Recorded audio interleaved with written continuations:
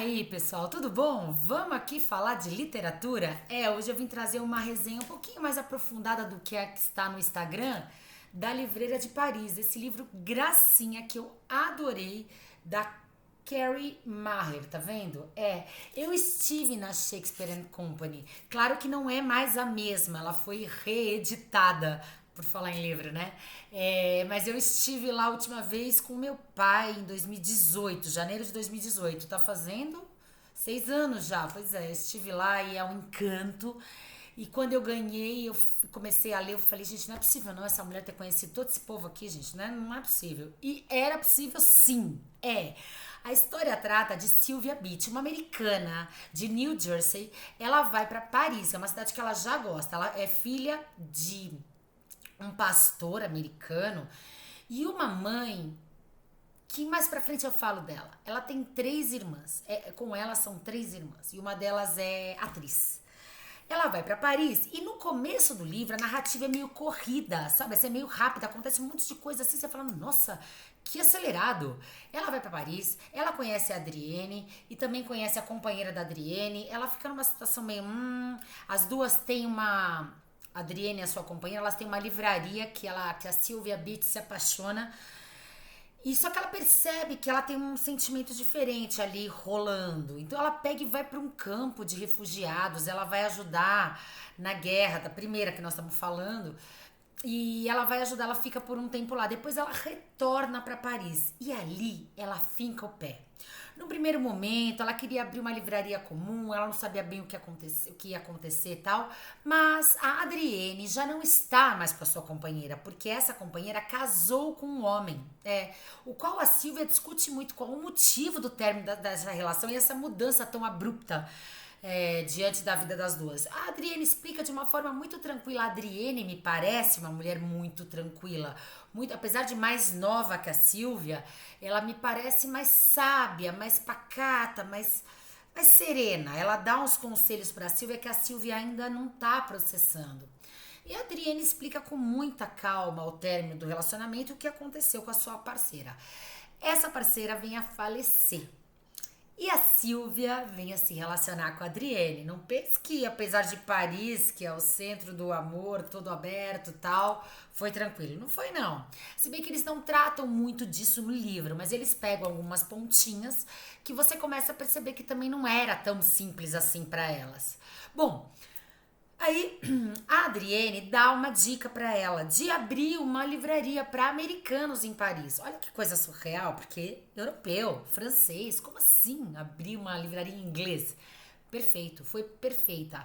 A Silvia passa por diversas dificuldades, mas ela começa a angariar amigos que a auxiliam nessa situação que ela nesse início de vida dela. Só que, paralelo à Shakespeare and Company, que é essa empresa, que é essa livraria, ela abre uma biblioteca, que tem que fazer uns cartões de associado para retirada de livros e tal. A paralelo a isso acontece o relacionamento dela com a Adrienne, as dificuldades que ela tem, as inseguranças que ela tem. Acontece também a situação dela em relação à família, os dramas que ela sofre. Você começa a perceber que ela verifica, ela observa nas irmãs determinadas atitudes mais precisas que ela não se vê como tendo. E na verdade não é bem assim. É que talvez a gente nunca se encare como na verdade deveria, né? A gente sempre acha que o outro tem uma postura melhor que a nossa, ou é mais seguro, ou na vida dele não acontece tamanhos problemas, ou tamanhas situações que você fala, ai, ela vive tão tranquila, né? E eu aqui nesse perrengue todo. E na verdade não. Todo mundo passa por perrengues, por dramas, por situações que você tem que se empenhar para resolver para o seu crescimento. Cada coisa acontece com aquela pessoa que está disposta a subir aquele degrau, a aprender aquela lição, a passar de ano. Se você estiver disposto, as situações vão aparecer para você. E quanto mais entendimento você tiver da vida e de si, mais fácil será passar por esses obstáculos, por essas dificuldades. E com a Silvia acontece isso. Ela vive esse relacionamento com a Adrienne, ela tem uma certa insegurança por ser mais velha, ela tem toda a insegurança de abrir um negócio novo, no qual ela conta com a contribuição do seu pai, da sua mãe e tudo mais. Ela conta com a contribuição de uns amigos e ela passa a conhecer uma galera que no começo eu falei assim, gente, não é possível não. Essa mulher não conheceu tudo isso de gente. E conheceu Ernest Hemingway, conheceu Gertrude Stein, conheceu James Joyce e fora outros tantos aí que eu não vou lembrar agora, mas... Por exemplo, Gertrude Stein vai com a sua companheira na loja e quando ela percebe que a Adrienne está sendo muito amiga, muito próxima de James Joyce, Gertrude Stein, que tinha um gênio um pouquinho difícil, pelo que eu pude perceber, devido à sua própria intelectualidade, eu acho, né, da época, ela se afasta da Adrienne e da Shakespeare Company, mas a Adrienne bate o pé. James Joyce está escrevendo Ulisses, que é um dos romances que foram banidos nos Estados Unidos naquela época. Participou até de um processo judicial e no qual realmente foi tido como um livro proibido por linguagens obscenas. E a Sylvia fala, não, eu vou produzir esse livro, eu vou editar esse livro. A Shakespeare Company vai ser uma editora do livro de Ulisses porque ela via a preciosidade da obra. Até me estimulou a ler, porque eu nunca li nada de James Joyce, apesar de conhecer a sua fama. Vou ler ainda e trago aqui pra vocês. E ela bate o pé e ela sofre de dinheiro, porque o James Joyce era muito excêntrico. Além dele ter um problema de vista, o qual ela também auxilia, leva ao médico, contribui, pede para amigo ajudar e um monte de coisa, ela ainda lida com um cara que era meio genial e que tinha suas excentricidades. Então toda vez ela pedia para que traduzissem, para que datilografassem, e ele tinha uma letra horrível, ele escrevia tudo a lápis. Algumas desistiram, jogaram na cara dele, outras o marido pegou e aí queimou a cópia. Ou seja, aconteceram coisas difíceis de serem solucionadas para aquela época, que não tinha internet, não tinha cópia, não tinha digitalização, não tinha nada disso. Já pensou perder uma cópia escrita pelo autor? Como é que se faz? Ela teve que passar por algumas coisas e conseguiu. No meio do caminho, a hora que ela edita, ela sofre com a pirataria do livro. Já naquela época, um outro editor acabou assumindo uma postura mesmo de, olha, vou traficar o livro, dane-se se você gosta ou não, se quiser me dê, sabe assim? E ela bate o pé, ela insiste, ela sofre, ela passa por várias situações. Mas tem um gato, tem um cachorro, tem a vida acontecendo em volta, como assim acontece na nossa. A gente passa por alguns problemas X, que são alguns menores, outros médios, outros maiores. Só que a vida na lateral, ela vai acontecendo e você pode passar por essa situação pesarosa aproveitando todo o resto. Você pode aproveitar um final de semana gostoso, uma leitura boa, assistir um filme legal, mesmo passando por situações que são difíceis de superar. São problemas ou obstáculos que são mais penosos de serem ultrapassados. E a gente muitas vezes não se dá conta que a gente pode aproveitar mesmo estando nessa situação, mesmo passando, a gente normalmente só foca naquela, não consigo, eu tô passando por uma situação tão difícil, falta de dinheiro, doença, mudança, perda de emprego, várias coisas, perda de entes queridos, e aí você foca só nisso e não observa o que a vida te reserva na lateral, que te auxilia a ir pra frente. Assim acontecia com Sylvia, e você consegue perceber que ela tem esse contexto ao lado dela que auxilia, e ela meio que foca, como a gente, só nessa parte da situação penosa que ela tá passando. Bom, Joyce acaba sendo um traste com ela. Eu não conheço muito da personalidade dele, mas o que diz ali no livro é uma pessoa um pouquinho difícil, sendo que ela auxiliou em muita coisa, ela foi amiga mesmo, sabe? Além de ser a produtora do livro, além de também se beneficiar com a obra, ela foi amiga dele, ela gostava, ela entendia as dificuldades que ele passava em família. Uma hora ele se separou, depois ele voltou pra Escócia, aí ele veio de novo, e com a doença e tudo mais. Então ela consegue ajudar e o retorno nem é tão certo assim. E assim a gente faz com as pessoas também, a gente se doa, a gente investe, porque amizade, relacionamentos, qualquer que sejam, são investimentos, né? A gente tem que regar todo dia como plantinha. E às vezes o retorno não é tão bom, às vezes o retorno não é como a gente esperava, porque na verdade a gente dá aquilo que a gente tem, não adianta esperar do outro uma outra coisa. ou a mesma, medir com a nossa régua, porque a régua dele é diferente. Você fez o que você podia, você deu o seu melhor e a pessoa não soube dar aquilo que você queria, talvez para ela aquilo seja o melhor dela. Porque ela só o que ela sabe. Se ela foi ingrata, se ela foi inoportuna, se ela não soube valorizar todos os seus empenhos, é algo que você vai ter que superar. Ou você afasta aquela pessoa, ou você entende como é que é a vida. Entendeu? Aí você vai ficar. Se você for observar os defeitos de todos os seus amigos, você vai ficar sem ninguém. Porque todo mundo tem defeito, assim como você também tem. E a Silvia, me parece que ela soube, no fim do livro, administrar essa questão do Joyce. Ela não tem ódio, ela não fica com raiva. Ela sabe do que ela fez, ela sabe que o retorno não foi tão positivo, ela sabe das perdas que ela teve, emocionais e financeiras, mas ela parece que segue, sabe? Pelo menos é esse o entendimento que eu tenho.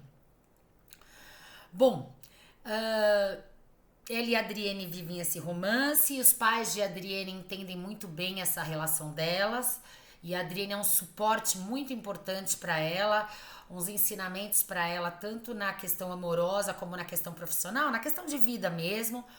Na questão sexual também, a Adriene a deixa muito livre, o qual a faz ficar muito insegura. Será que ela quer mais coisa? Será que ela quer outra coisa? Será que ela quer a mim? Será que eu sou muito fechada? Será que eu devo ser um pouco mais aberta? Como será que a gente se move? E a gente tem essas dúvidas na nossa vida, né? Diante da situação, dos relacionamentos que se apresentam pra gente. Então é válido pra gente sempre pensar no que acontece conosco relativo à literatura. Paralelo a isso, também acontece o drama da mãe dela, um drama muito forte, que mexe muito com ela. E é pra mexer mesmo, porque é muito forte, eu não vou dar spoiler aqui, acho que você tem que ler. E você começa a perceber que a mãe já tinha dado sinais. 1, 2, 3. E a vida, muitas vezes, dá esses sinais pra gente. Pessoas ao nosso redor dão esses sinais. E a gente muitas vezes não observa, porque a gente tá muito concentrado no corre-corre, no dia a dia, em pagar conta, em pagar boleto, em resolver as coisas, não sei o quê. E a gente não observa as dificuldades da outra pessoa, o que aquela pessoa quer dizer, o que ela tá precisando de você. Às vezes você não tá tão perspicaz assim, às vezes o sinal é muito sutil, você precisa ter. Você fala, ah, Evelyn, mas poxa, o que é preciso? Sim, é a vida. A vida se mostra assim. Sinais a todos os momentos. Às vezes você passa desapercebido mesmo pela correria da coisa. Mas você tem que ser mais atento. Volta um pouquinho. Você passou corrido no dia de hoje? Se der à noite, dá uma pensada no que aconteceu. Você encontrou aquela pessoa, o que ela falou que não ornou muito com a história? O que ela tá passando? Será que tá tudo certo mesmo? Ou se não der no dia, na noite de hoje, faz no final da semana uma avaliação da vida, das pessoas que você encontrou. Será que elas estão precisando do seu apoio? Que seja um ouvido, um sinal, um carinho, um abraço, uma fala, um conselho, a indicação de um livro que seja, qualquer coisa. Mas faça essa observação, porque nós estamos aqui por um propósito e a gente precisa ajudar o próximo. Ajudar o próximo é bíblico, tá na Bíblia. Se a Bíblia foi traduzida errada, esse é um preceito de boa convivência humana. Ajudar o próximo. Goste do outro, faça para o outro aquilo que quer que faça para você. Não precisa ser muito estudioso para entender que isso é a realidade. Então, acho que cabe a você essa análise, assim como coube a ela depois do fato ocorrido, que os sinais estavam sendo dados. E a mãe deu sinais para todo mundo da família, mas ninguém observou. E será que a mãe estava certa, estava errada? O que será que aconteceu ali? Bom, o que acontece depois? Ela realmente abre mão do livro do James Joyce, tem spoiler, como você pode ver, e depois, já na Segunda Guerra, um alemão da Gestapo vem comprar um livro do Joyce, que não é Ulisses, é um outro, e ela se recusa a vender para ele. O que ele faz? Isso não tá no livro, tá? Isso eu fiquei sabendo depois.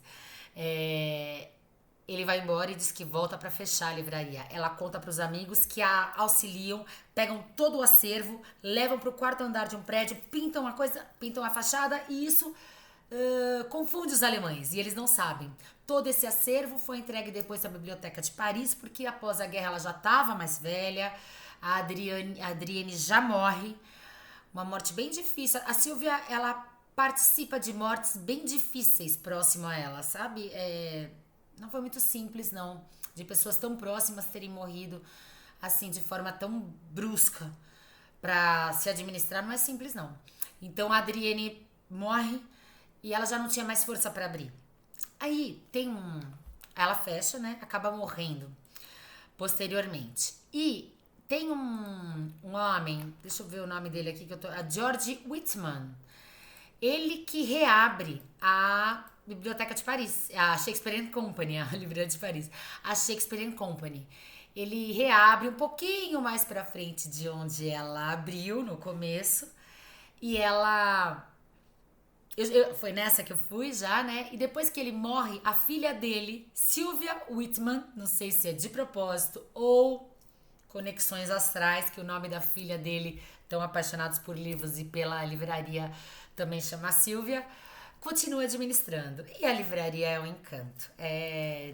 Dá um prazer imenso de visitá-la, assim, vale muito a pena.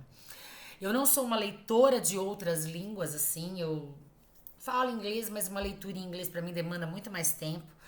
Acho que em espanhol eu vou um pouquinho melhor, mas não sou. E lá você tem que ser um leitor de várias línguas. Mas nada impede que você visite, nada impede que você vá lá e veja como ela é icônica, como ela é sensacional. Bom, a autora que ao final do livro ela meio que expõe o que ela expõe e não expõe. Ela diz o que é ficção e o que é realidade, mas ao mesmo tempo ela confunde tudo. Algumas coisinhas ela deixa claro, outras não, outras ela deixa você meio ali, será que isso era mesmo? O que eu achei muito gostoso de ler ao final. Eu gosto dessas explicações sobre os livros. Dizem que quando você explica uma obra é porque ela fica confusa e a obra não é tão boa assim. Eu discordo um pouco. Acho que alguns meandros têm que ser explicados. E aqui teve essa explicação. Se não tivesse a explicação da autora, não mudaria nada. A obra é bem gostosa de ler. Você lê bem rápido. Eu li em uma semana, em um mês, eu acho. E ela tem, nessa edição aqui, 364 páginas. Eu li, né, fiz as minhas anotações, grifei as minhas coisas e tal, e li em um mês, eu acho. Então ela é bem gostosa de ler, bem fácil, mesmo para você que não é um leitor. Apesar de terem muitas páginas, não se assuste com isso. Vá atrás da história que vale a pena. Ou seja, ela é muito atual, ela trata de livros, ela trata de autores de clássica, ela trata de homossexualidade, ela trata de situações humanas, vivências de família, enfim. Ela trata de temas muito atuais e vale muito a pena ler. Por isso, a minha indicação é: vá atrás da Livraria de Paris e veja o que Sylvia Beach pôde fazer por nós. Tá bom? Gostou do vídeo? Curta, dê o like aí, se inscreva no canal e compartilhe. Isso ajuda a gente no engajamento. Falou? Até mais. Obrigada. Tchau.